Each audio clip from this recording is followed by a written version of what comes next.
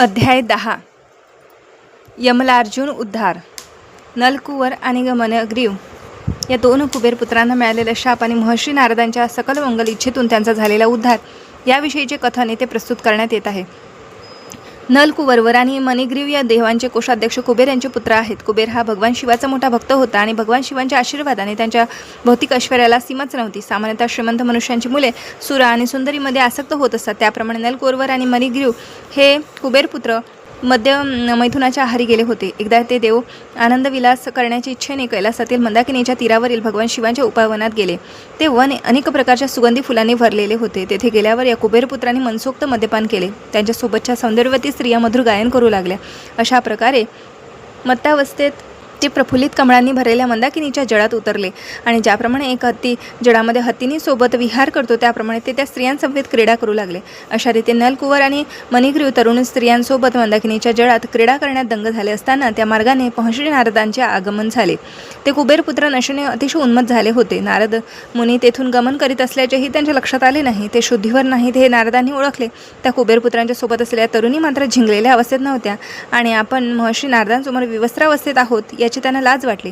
त्या घाईघाईने आपली शरीरे झाकून घेऊ लागल्या. परंतु कुबेरपुत्र मात्र नशेने इतके धुंद झाले होते की महर्षी नारद तेथे आलेले त्यांना समजलेच नाही आणि त्यांनी आपली शरीरेही झाकली नाहीत. त्या कुबेराच्या पुत्राचे असे पतन झाल्याचे पाहून त्यांचे कल्याण करण्याच्या हेतूने नारदांनी त्यांना शाप देऊन त्यांच्यावर आपली अहेतुकी कृपा दर्शविली.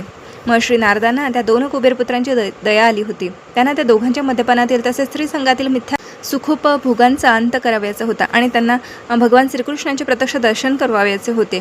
त्यांनी त्या कुबेरपुत्रांना शाप द्यायचा विचार केला. ते म्हणाले की रजोगुणाच्या वृद्धीमुळे भौतिक सुखोपभोगातील आसक्ती निर्माण होते. भौतिक जगात धनसंपत्ती रूप ऐश्वर्य प्राप्त झालेला मनुष्य सामान्यपणे मद्य मैथुन आणि द्यूत अशा 3 गोष्टींना बळी पडतो.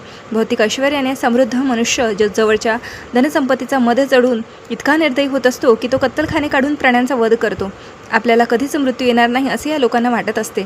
असे मूर्ख लोक प्रकृतीच्या नियमांना विसरून देहभावनेने उन्मत्त होतात. कितीही भौतिक सुधारणा झाली, अगदी देवी देवतांच्या स्तरापर्यंत जरी भौतिक सुधारणा झाली तरी भौतिक देहांची अंती राख आणि विष्ठाच होत असते ही गोष्ट ते विसरून जातात. जिवंतपणी देखील मनुष्याच्या शरीराची बाह्यस्थिती काहीही असो, त्यांचे शरीर केवळ मलमूत्र मांसादीने तसेच अनेक प्रकारच्या किड्यांनी भरलेले असते. दुसऱ्यांच्या शरीराविषयी द्वेष आणि हिंसा करण्यात गुंतलेले भौतिकवादी लोक जीवनाचे अंतिम लक्ष्य जाणू शकत नाही आणि जीवनाच्या ध्येयाविषयी अज्ञानी राहूनच ते दुसऱ्या जन्मात नारकीय स्थितीत अवनत होतात. असे मूढ लोक या मर्त्यदेहांकरिताच सर्व प्रकारची पापकर्मे करतात.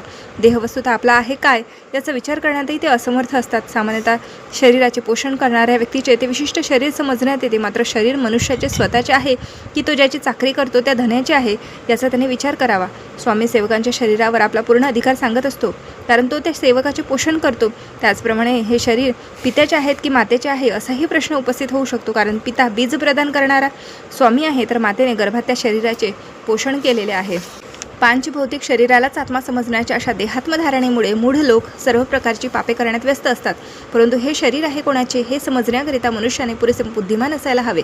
एक मूर्ख स्वतःच्या उदर भरण्यासाठी प्राण्यांची हिंसा करू लागतो. परंतु हे शरीर त्याचे स्वतःचे आहे की पित्याचे आहे की मातेचे आहे अथवा आजोबांचे आहे याचा तो विचार करीत नाही. कधी कधी एकदा मनुष्य आपल्या मुलीचा पुत्र आपल्याला उत्तराधिकारी म्हणून पाहिजे या अटीवर तिचा विवाह एखाद्या पुरुषाशी लावून देतो. दासाची विक्री झाल्यावर विकत घेणारा मनुष्य त्या दिवसापासून पुढे त्याचा स्वामी होतो. जीवनाच्या शेवटी शरीर अग्नीचे असते कारण ते त्यात जळून जाऊन त्याची राख होते आणि ते पशुपक्ष्यांना खाण्यासाठी उघड्यावर फेकले जाते. शरीर पोषणासाठी पापकृत्य करण्यापूर्वी या शरीरावर कोणाची सत्ता आहे हे मनुष्याने निश्चितपणे जाणून घ्यावे. हे शरीर भौतिक प्रकृतीचे उत्पादन आहे. अंततः ते भौतिक प्रकृतीतच विलीन होते. म्हणून निर्णय असा की शरीर भौतिक प्रकृतीचे आहे. कोणीही या शरीराला चुकीने स्वतःचे समजू नये.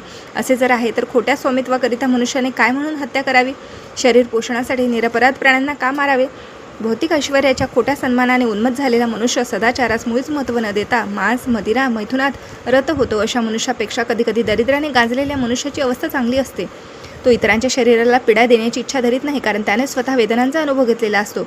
याकरिताच महर्षी नारदांनी विचार केला की नलकुवर आणि मणिग्रीव हे देव खोट्या प्रतिष्ठेने अतिशय उन्मत्त झालेले आहे आणि म्हणून त्यांना ऐश्वर्यरहित जीवनस्थितीत टाकायला हवे. ज्याला टाचणी टोचल्यावर होणाऱ्या वेदनांचा अनुभव आहे तो इतरांना टाचणी टोचावी अशी इच्छा करीत नाही. दरिद्र अनुभविलेला विचारी मनुष्य इतरांना देखील तशा स्थितीत टाकले जावे अशी इच्छा धरीत नाही. सामान्यपणे असे पाहाव्यास मिळते की दारिद्र्यातून श्रीमंत झालेली माणसे निर्धन लोकांच्या कल्याणार्थ धर्मादायी संस्था काढतात. थोडक्यात दयाळू अकिंचन मनुष्याला दुसऱ्याच्या सुखदुःखाविषयी सहानुभूती असते. सामान्यपणे निर्धन लोक गर्विष्ठ नसतात, त्यांना कोणताही ऐश्वर्यमद असत नाही. भगवत इच्छेने निर्वाहापुरते जे काही मिळेल त्यातच ते संतुष्ट असतात. अकिंचन स्थितीत राहणे ही एक तपस्या असल्यामुळेच वैदिक संस्कृतीत ब्राह्मण स्वतःला भौतिक ऐश्वर्याच्या मदापासून वाचविण्याकरिता परिपाठ म्हणून निर्धन स्थितीतच राहतात. भौतिक ऐश्वर्यातील उन्नतीमुळे होणारा वृथा अभिमान परमार्थिक उन्नतीच्या पथावरील फार मोठा कंटक आहे. अकिंचन मनुष्य वाजवीपेक्षा अधिक खाऊन कृत्रिमरित्या स्थूल होत नाही. आवश्यकतेपेक्षा अधिक खाण्याची सवय नसल्यामुळे त्याची इंद्रिये सहसा प्रक्षुब्ध होत नाहीत आणि ज्याची इंद्रिय प्रक्षुब्ध नसतात तो हिंसेकडे प्रवृत्त होत नाही. अकिंचन अवस्थेचा दुसरा गुण असा की अशा अकिंचन मनुष्याच्या घरी साधुसंत सहजपणे येऊ शकतात आणि मग तो त्याच्या संगतीचा लाभ उठवितो. धनवान मनुष्य कोणालाही आपल्या घरात प्रवेश करू देत नाही, त्यामुळे साधुसंत तेथे प्रवेश करीत नाही. वैदिक संस्कृतीत साधुसंत हे भिक्षेच्या योगाने गृहस्थ माणसांच्या घरी जात असतात. कौटुंबिक व्यवसायात व्यस्त असल्याने ते गृहस्थ सामान्यपणे आध्यात्मिक जीवनापासून दूर गेलेले असतात. ते अशा साधुसंताच्या संगतीने लाभान्वित होत असतात. अकिंचन मनुष्याला साधूच्या संगतीने मुक्त होण्याची मोठी संधी प्राप्त होत असते. भौतिक धनसंपत्ती आणि प्रतिष्ठा यामुळे मदोन्मत झालेले लोक जर त्यामुळे भगवद्भक्ताच्या संगतीपासून वंचित राहत असतील तर त्यांचा जीवनाचा काय उपयोग? महर्षी नारद नलकुवर आणि मणिग्रीव यांच्याविषयी विचार करू लागले. यांना आता भौतिक ऐश्वर्याचा आणि प्रतिष्ठेचा मिथ्या गर्व होणार नाही अशा स्थितीत घालणे माझे कर्तव्यच आहे. नारदांना त्यांची करुणा आली आणि ते त्यांना पतित जीवनापासून वाचवू इच्छित होते. ते कुबेरपुत्र तमोगुणाने प्रभावित झाले होते आणि त्या कारणे इंद्रिय संयम करण्यात असमर्थ होऊन विषय भोगात अत्यासक्त झाले होते. त्यांना अशा घृणित अवस्थेपासून वाचविणे नारदासारख्या संतांचे कर्तव्यच होते. पशुजीवनात आपण नग्न आहोत हे समजण्याची बुद्धी असत नाही. तथापि कुबेर देवतांचा कोषाध्यक्ष होता. एक अधिकारी स्वर्गीय देव होता आणि नलकुवर आणि मणिग्रीव हे त्याचे पुत्र होते. असे असूनही मद्यपानामुळे त्यांची अवस्था पशुवत झाली. आपण नग्नावस्थेत असल्याचेही भान त्यांना नव्हते. शरीराचा अधोभाग झाकणे ही मानवी संस्कृतीचे तत्व आहे. जेव्हा स्त्री पुरुष हे तत्व विसरून जातात तेव्हा ते पशुपेक्षाही अधम होतात आणि म्हणून नारदांनी विचार केला की त्यावर स्थावर योनीत जन्म मिळाला पाहिजे. त्यांना स्थावर योनीत जन्म मिळाला पाहिजे. त्यांच्या दृष्टीने हीच शिक्षा त्यांना योग्य होती. वृक्ष वनस्पती या निसर्गाच्या नियमानुसार अचल आहे. त्या एका ठिकाणून दुसऱ्या ठिकाणी जाऊ शकत नाही. वृक्ष वनस्पती तमोगुणाने आवृत्त असल्या तरी त्या दुसऱ्यांना इजा पोहोचवित नाहीत. महर्षी नारदांनी कुबेरपुत्रांना वृक्ष होण्याची शिक्षा दिली तरी त्याच वेळी वृक्षाच्या योनीत देखील त्यांची स्मरणशक्ती नष्ट होणार नाही आणि आपल्याला का शिक्षा करण्यात आली आहे याचे त्यांना सदैव स्मरण राहील असा त्यांनी कृपाशीर्वादही दिला. सामान्यतः देहांतरापश्चात जीवाचे गतजन्मीचे स्मरण नष्ट होते, परंतु भगवत कृपेने नलकुवर आणि मणिग्रीव सारख्या काही विशिष्ट जीवांनी देहांतर केले तरी त्यांची स्मृती नष्ट होत नाही. तदुपरांत महर्षी नारदांनी असा विचार केला की हे कुबेराचे पुत्र देवांच्या 100 वर्षापर्यंत वृक्षयोनीत पडून राहतील आणि नंतर पूर्ण पुरुषोत्तम भगवंतांच्या कृपेने त्यांना भगवान श्रीकृष्णांचे साक्षात दर्शन करण्याचे सौभाग्य लाभेल. ते पुन्हा देवत्वाला प्राप्त होतील आणि भगवद्भक्तीचा लाभ होऊन ते थोर भक्त होतील. इतके झाल्यावर महर्षी नारदांनी तेथून नारायणाश्रमाला गमन केले. इकडे कुबेरपुत्र नंद महाराजांच्या अंगणात 2 जुडे अर्जुन वृक्ष होऊन पडले. त्यांना नारदांच्या कृपेने श्रीकृष्णांचे समोरासमोर दर्शन करण्याकरिता नंदाच्या अंगणात उघडण्याची संधी देण्यात आली. जरी यशोदा मातेने बाळकृष्णांना लाकडे उखडाला बांधून ठेवले होते तरी देखील भक्तश्रेष्ठ नारदांनी वाणी सत्य करण्यासाठी ते अंगणातील अर्जुन वृक्षाकडे रांगत रांगत निघाले. समोरील दोन्ही जुळे अर्जुन वृक्ष वस्तुतः कुबेराचे पुत्र असल्याने श्रीकृष्णांना माहीत होते. त्यांनी मनात विचार केला, माझ्या भक्तांची नारदाची वाणी मला आता सत्य ठरवलीच पाहिजे. असा विचार करून त्यांनी 2 वृक्षांच्या मधून मार्ग काढला. बाळकृष्ण त्या 2 वृक्षांमधील लहानशा स्थानामधून पलीकडे निघाले, परंतु त्या उखडाच्या दोन्ही बाजू मात्र त्या वृक्षाच्या खोडात अडकल्या. ते पाहून बाळकृष्णाने संधी घेतली आणि बळ लावून दोर ओढायला प्रारंभ केला. त्यावेळी मोठा ध्वनी होऊन ते 2 वृक्ष उन्मळून खाली पडले. त्यांच्या शाखा सर्वत्र पसरल्या.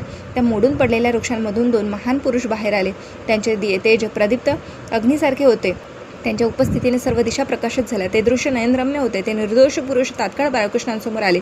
त्यांनी श्रीकृष्णांना नम्र प्रणाम केला आणि ते त्यांची प्रार्थना करू लागले. हे कृष्ण, आपण आदिपुरुषोत्तम आहात, अखिल योग सिद्धीचे स्वामी आहात.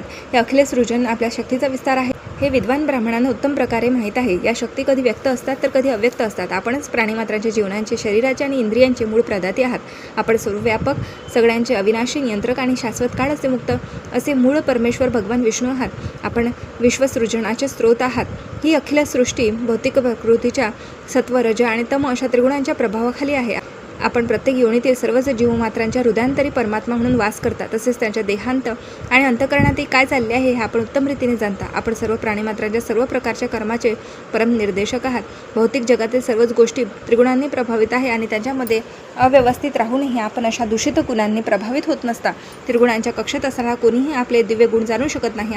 आपले दिव्य गुण तर सृजनापूर्वी आणि नंतर देखील सदैव वर्तमान असतात. त्यामुळे आपणाला परम दिव्यत्व समजले जाते. आपल्या अंतरंग शक्ती सदैव आपले यशगान करीत असतात. आपण परम ब्रह्म वासुदेव आहात. आपल्या चरणाकमळांशी आम्ही सादर प्रणाम करतो. या भौतिक जगात आपण केवळ आपल्या अवताराद्वारे स्वतःची जाणीव करून देता. आपण जरी अनेक शरीरे धारण करीत असता तरी अशी शरीरे प्राकृतिक सृजनाचा भाग नव्हेत. अशी रूपे अनंत ज्ञान, वैराग्य, सामर्थ्य, यश, श्री सौंदर्य अशा दिव्य ऐश्वर्य शक्तीने पूर्ण असतात. भौतिक अस्तित्वात शरीर आणि शरीराचा स्वामी यांच्यात भेद असतो, परंतु आपण आपल्या मूळ दिव्य शरीराने अवतीर्ण होता म्हणून आपल्याविषयी असा भेद असत नाही. आपण अवतीर्ण होता तेव्हा आपल्या अद्भुत चरित्रावरून आपण भगवंत असल्याचे कळून येते. या भौतिक अस्तित्वात अशी अद्भुत कृत्ये संपन्न करण्यास कोणीही समर्थ नाही. आपण पुरुषोत्तमच प्राणीमात्राच्या जन्ममृत्यूला त्याचप्रमाणे त्यांच्या मुक्तीला कारण आहात.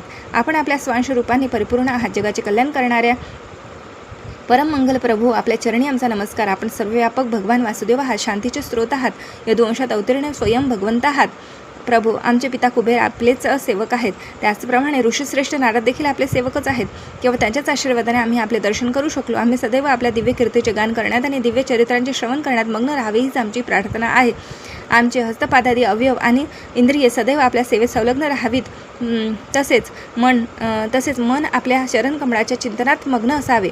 आमचे मस्तक सदैव आपल्या सर्वव्यापी विश्वरूपापुढे विनीत असावे. नलकुवर आणि मणिग्रीव यांनी अशा प्रकारे प्रार्थना केल्यावर यशोदा मातेने दोराने उखाळाला बांधलेले गोकुळेश्वर भगवान बाळकृष्ण स्मितहास्य करू लागले. ते कुबेरपुत्रांना म्हणाले, मला हे अगोदरच ज्ञात आहे की माझ्या थोर भक्त नारदांनी देवकुळात अमाप संपत्ती आणि अनुपम सौंदर्य प्राप्त असल्याने मदांध झालेल्या तुम्हाला वाचून आपली अहेतुकी कृपा दर्शविली आहे. त्यांनी घोर नारदीय स्थितीत पतन होण्यापासून तुम्हाला वाचविले आहे. सर्व वस्तुस्थितीची मला जाणीव आहे. तुम्ही फारच भाग्यवान आहात, कारण त्यांनी तुम्हाला शापच दिला असे नाही तर त्यांच्या दर्शनाची मोठी संधी तुम्हाला लाभली. जेव्हा मनुष्याची योगायोगाने नारदासारखे शांत आणि दयाळू साधू संतांची भेट होते तेव्हा तो तत्काळ मुक्ती मिळवितो, कारण स्वच्छ सूर्यप्रकाशात दृष्टीला कोणताही अडथळा येत नाही. म्हणून नलकुवर आणि मणिग्रीव, तुम्ही माझ्यावरील प्रेम जागृत केले असल्याने तुमच्या जन्माच्या सार्थक झालेले आहे. या भौतिक जगातील तुमचा शेवटचा जन्म समजा. आता तुम्ही स्वर्गात आपल्या पित्याच्या निवासस्थानी जा आणि तेथे भक्तिभावाने राहा. तुम्ही याच जन्मात मुक्त व्हाल. तदुपरांत त्या देवतांनी भगवंतांना अनेक प्रदक्षिणा करून वारंवार दंडवत प्रणाम करून स्वर्गाकडे प्रस्थान केले. बाळकृष्ण तेथेच उखळाला दोराने बांधलेल्या अवस्थेत बसून राहिले. अशा रीतीने कृष्ण पूर्णपुरुषोत्तम भगवान या ग्रंथातील यमलार्जुन उद्धार नामक अध्यायातील भक्तिवेदांत भाष्य संपन्न.